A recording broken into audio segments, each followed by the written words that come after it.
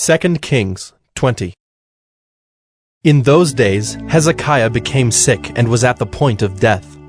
And Isaiah the prophet, the son of Amoz, came to him and said to him, Thus says the Lord, Set your house in order, for you shall die. You shall not recover.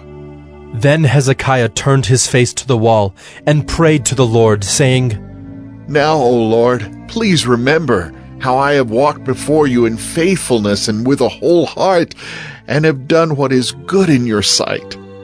And Hezekiah wept bitterly.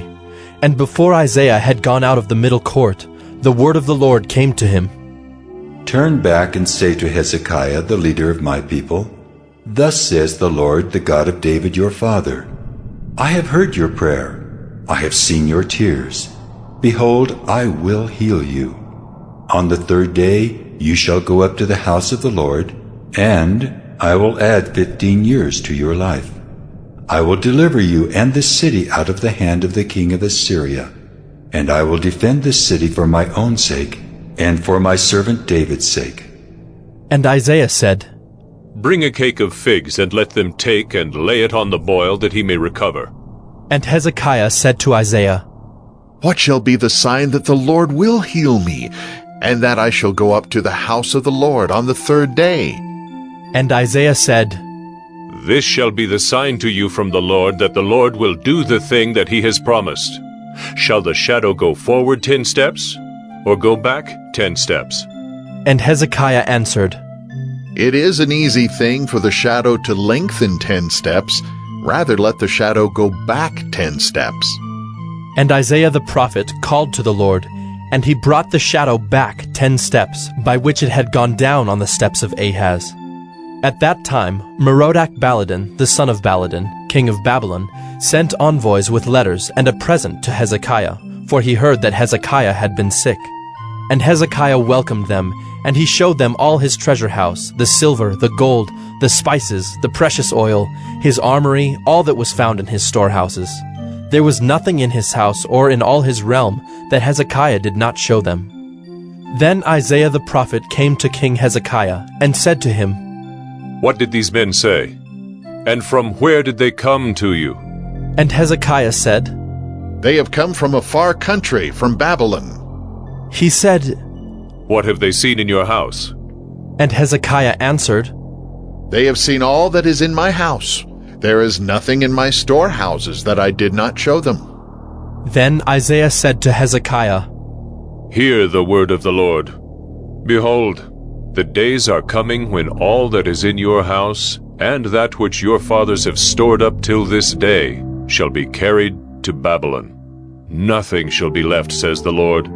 And some of your own sons who shall be born to you shall be taken away, and they shall be eunuchs in the palace of the king of Babylon. Then said Hezekiah to Isaiah, The word of the Lord that you have spoken is good. For he thought, Why not, if there will be peace and security in my days? The rest of the deeds of Hezekiah, and all his might, and how he made the pool and the conduit, and brought water into the city, are they not written in the book of the Chronicles of the kings of Judah? And Hezekiah slept with his fathers, and Manasseh his son reigned in his place. 2 Kings 21. Manasseh was 12 years old when he began to reign, and he reigned 55 years in Jerusalem. His mother's name was Hephzibah, and he did what was evil in the sight of the Lord, according to the despicable practices of the nations whom the Lord drove out before the people of Israel.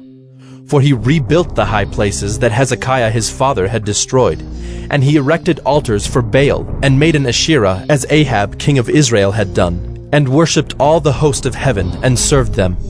And he built altars in the house of the Lord, of which the Lord had said, In Jerusalem will I put my name. And he built altars for all the host of heaven in the 2 courts of the house of the Lord.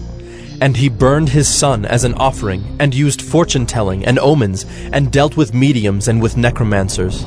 He did much evil in the sight of the Lord, provoking him to anger. And the carved image of Asherah that he had made, he set in the house of which the Lord said to David and to Solomon his son, In this house and in Jerusalem, which I have chosen out of all the tribes of Israel, I will put my name forever. And I will not cause the feet of Israel to wander any more out of the land that I gave to their fathers, if only they will be careful to do according to all that I have commanded them, and according to all the law that my servant Moses commanded them. But they did not listen, and Manasseh led them astray to do more evil than the nations had done, whom the Lord destroyed before the people of Israel. And the Lord said by his servants the prophets, Because Manasseh, king of Judah, has committed these abominations, and has done things more evil than all that the Amorites did who were before him, and has made Judah also to sin with his idols. Therefore, thus says the Lord, the God of Israel, Behold, I am bringing upon Jerusalem and Judah such disaster that the ears of everyone who hears of it will tingle. And I will stretch over Jerusalem the measuring line of Samaria, and the plumb line of the house of Ahab, and I will wipe Jerusalem as one wipes a dish, wiping it and turning it upside down. And I will forsake the remnant of my heritage, and give them into the hand of their enemies, and they shall become a prey and a spoil to all their enemies, because they have done what is evil in my sight, and have provoked me to anger, since the day their fathers came out of Egypt, even to this day.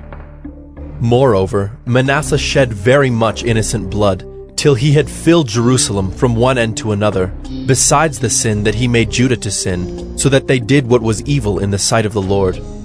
Now the rest of the acts of Manasseh, and all that he did, and the sin that he committed, are they not written in the book of the Chronicles of the kings of Judah? And Manasseh slept with his fathers, and was buried in the garden of his house, in the garden of Uzzah. And Amon his son reigned in his place. Amon was 22 years old when he began to reign, and he reigned 2 years in Jerusalem. His mother's name was Meshullemeth, the daughter of Heres of Jotbah. And he did what was evil in the sight of the Lord, as Manasseh his father had done. He walked in all the way in which his father walked, and served the idols that his father served, and worshipped them. He abandoned the Lord, the God of his fathers, and did not walk in the way of the Lord.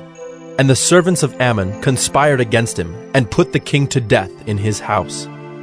But the people of the land struck down all those who had conspired against King Ammon, and the people of the land made Josiah his son king in his place. Now the rest of the acts of Ammon that he did, are they not written in the book of the Chronicles of the kings of Judah? And he was buried in his tomb in the garden of Uzzah, and Josiah his son reigned in his place. 2 Kings 22. Josiah was 8 years old when he began to reign, and he reigned 31 years in Jerusalem. His mother's name was Jedidah, the daughter of Adaiah of Bozkath. And he did what was right in the eyes of the Lord, and walked in all the way of David his father, and he did not turn aside to the right or to the left.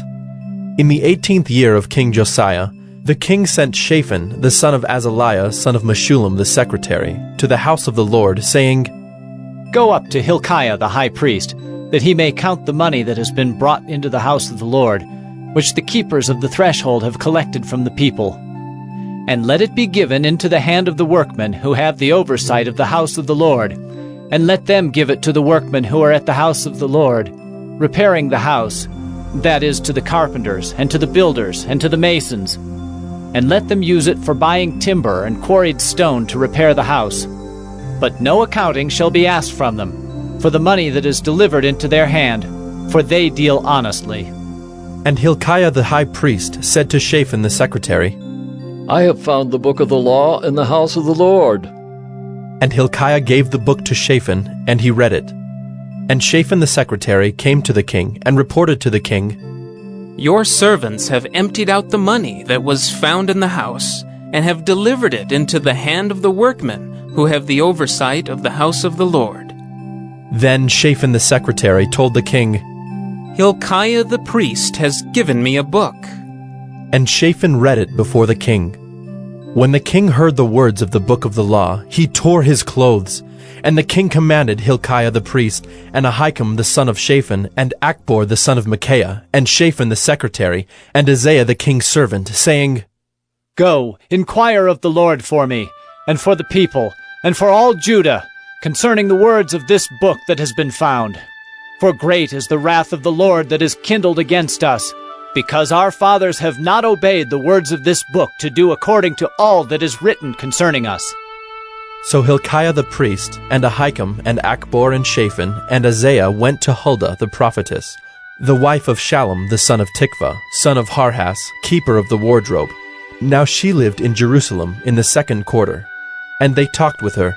And she said to them, Thus says the Lord, the God of Israel, Tell the man who sent you to me, Thus says the Lord, Behold, I will bring disaster upon this place and upon its inhabitants, all the words of the book that the king of Judah has read, because they have forsaken me and have made offerings to other gods, that they might provoke me to anger with all the work of their hands.